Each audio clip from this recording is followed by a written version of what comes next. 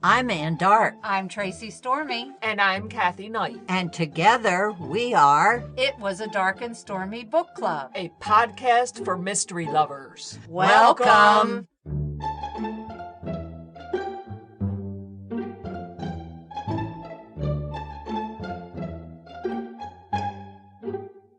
If you enjoy our show, please consider contributing to the Dark and Stormy Patreon. By becoming a patron, you will help us create better and quality content. There are also benefits to becoming a patron, such as exclusive content and Dark and Stormy merchandise. Become a supporter at patreon.com/darkandstormybc. Check our website for the link. We appreciate any and all contributions. Thank you.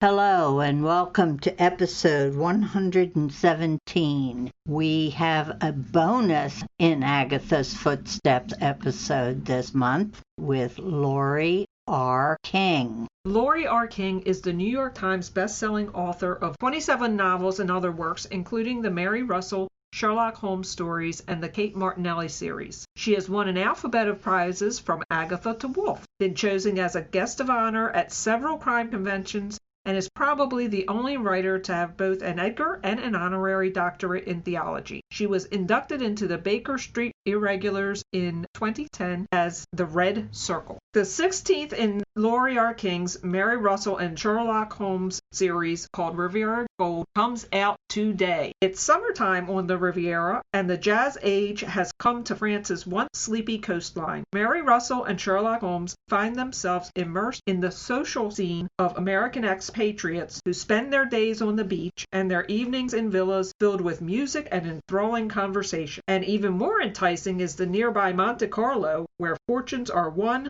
lost, stolen, and sometimes hidden away. But despite the luxury and leisure, a new mystery arises. Mrs. Hudson, Russell and Holmes' former housekeeper, hasn't been seen since she fled England under a cloud of murder accusations. But she proves elusive, managing to avoid even the great Sherlock Holmes, as he and Russell try to figure out what new trouble she is in. Laurie R. King, who is the creator of the wonderful Mary Russell books. Welcome, Laurie. Thank you. Thank you, Dark, Stormy, and Night. Yes. One of the things that we love best about the Mary Russell books is the fact that you put a very human face on Sherlock Holmes and his relationship with Mary. What made you decide to write this series? Human face on Sherlock Holmes. That's a scary thought, isn't it? It started out with, I wanted to write a sort of coming-of-age story about a young woman with that extraordinary kind of mind, that Sherlock Holmes mind. And I thought, theoretically, you could have that person be a cop in San Francisco, you could have her be an amateur sleuth in Boston, anything. But I thought it would be really interesting to look at both of them next to each other and to see how they were similar and how they were different. So I plunked her down into his retirement in 1915 with the Beekeeper's Apprentice. The first few books, he was basically a supporting actor. She was the one who was growing and interacting with him, but the chief interactions with him were when she managed to get the better of him, which were great fun to write. But at a certain point, I began to be more interested in Holmes as a character and to think about, certainly he has had a huge change in her because she's 15 when they meet and the book is now up to 1925, so she is 25. But about 4 or 5 books in, I started being interested in him too and thinking about if he had such a huge change on her and such an enormous effect on her future, what change would she have had on him? Because here you have this Victorian detective. When you meet him, he's in his late 50s. He's more or less retired off to the Sussex Downs. And all that stuff is from Conan Doyle's stories themselves. Not the age, but the fact that he retires to the Sussex Downs. That's all off of the Conan Doyle material. But he's not really that old. He's not retired mentally. The stimulation of having this young, challenging mind wakes him up as a person as well as a professional. And that, I think, is, to my mind, where the books have gone into an interesting place, because the two of them are both growing and changing and developing. And certainly part of that is becoming more human, as you say. I love the way you weave true historical characters into your books. How challenging was it to weave real characters like Picasso into your story? Oh, yeah, that's always great fun. One of the first things I do when I choose to write about a place is to look around and see who was hanging around there at the time. When I sent Russell and Holmes to San Francisco, I was delighted to realize that Dashiell Hammett was there and was sort of semi-working for the Pinkerton Detective Agency, though not much. I figured close enough. And so I could make use of him. There's a poet laureate, this madman in Lisbon, that I get to use when I send them off to Portugal. In this one, there were a number of real-life characters that I could play with. One of them is this dreadful, dreadful arms dealer who was far too realistic in this day and age to even think about, because he shaped World War I and was a huge cause of the devastation. Being an arms dealer, he just sold to both sides and happily boosted them on their way and bought newspapers in order to stir up warmongering. I mean, an awful man, and he's living in Monaco this time. But I also get to play with the Murphy set. Sarah and Gerald Murphy were Americans who befriended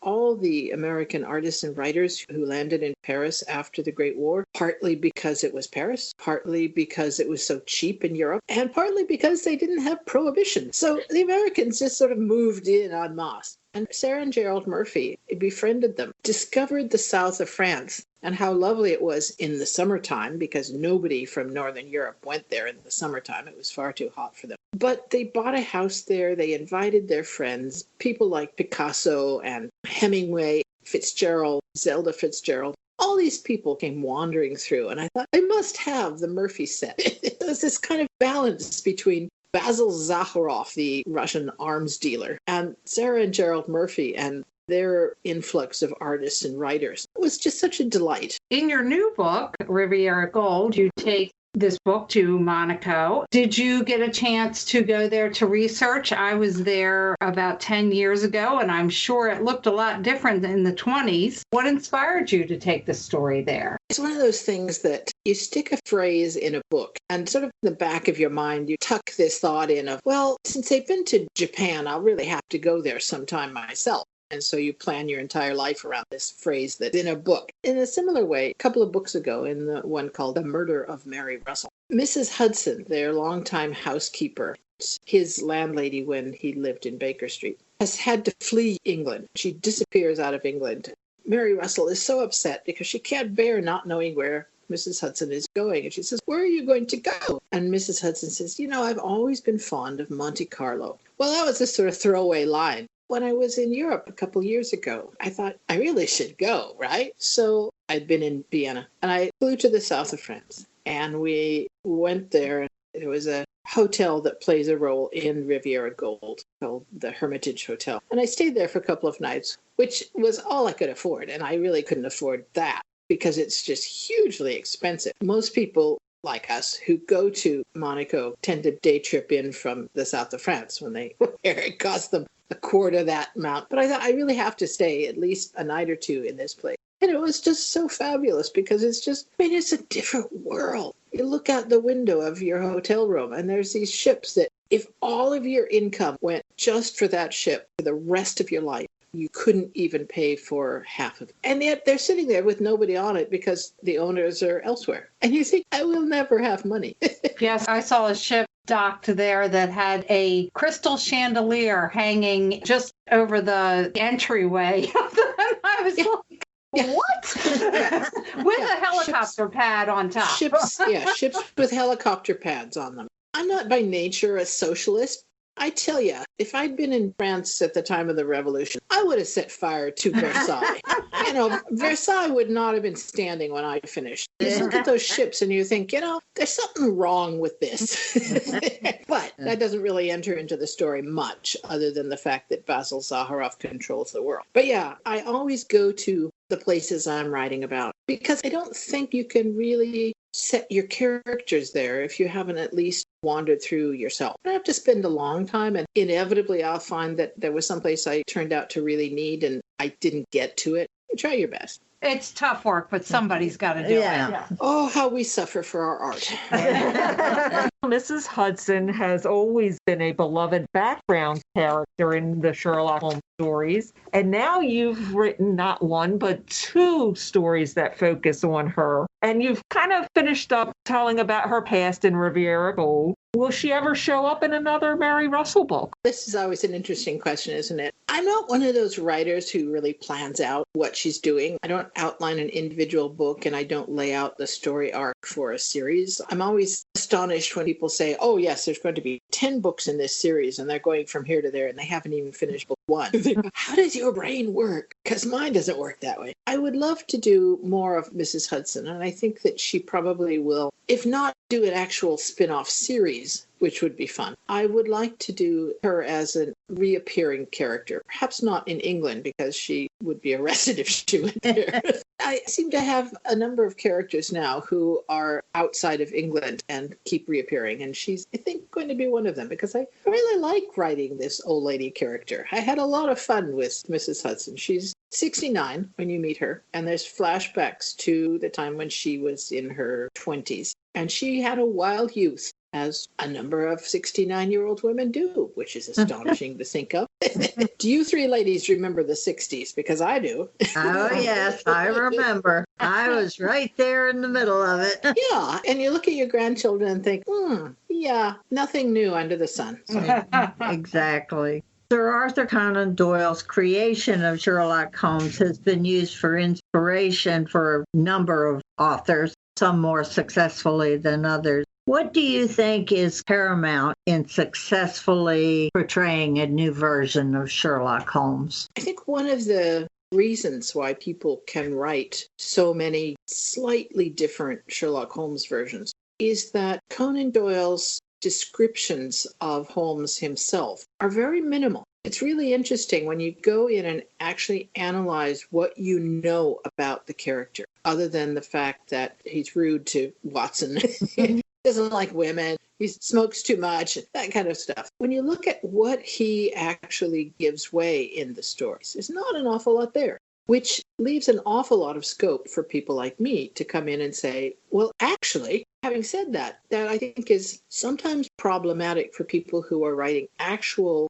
pastiches, that is, stories set during the Conan Doyle sequence of stories that the people call that the canon. If you're trying to write an actual pastiche and tucking it in between other adventures, it is difficult because you have to make sure that he doesn't change much at the end of it, simply because he hasn't changed much in the following story in the canon. I come in and because it's 1915 when they meet, when Holmes and Mary Russell meet, Conan Doyle's finished with him. Conan Doyle is completely finished with Sherlock Holmes after the eve of the Great War in 1914. He continues to write stories, but those are all set before that. After the Great War, clearly Conan Doyle could not envision what that huge change in society would do to his detective, and just got around the question by not putting him in the post-war era. He writes in the 20s, but they're all set beforehand. I come in and I pick up this aged, damaged, lonely man and give him a person who becomes his apprentice. I think that enables me to write a different Holmes because he is a different Holmes. Any person who was alive in 1914 when the Great War began is not the same person 2 or 5 years later. So any changes in his personality, I think, are easily explained by those circumstances, not by my inability to grasp his personality. And that's my story. I'm sticking to it.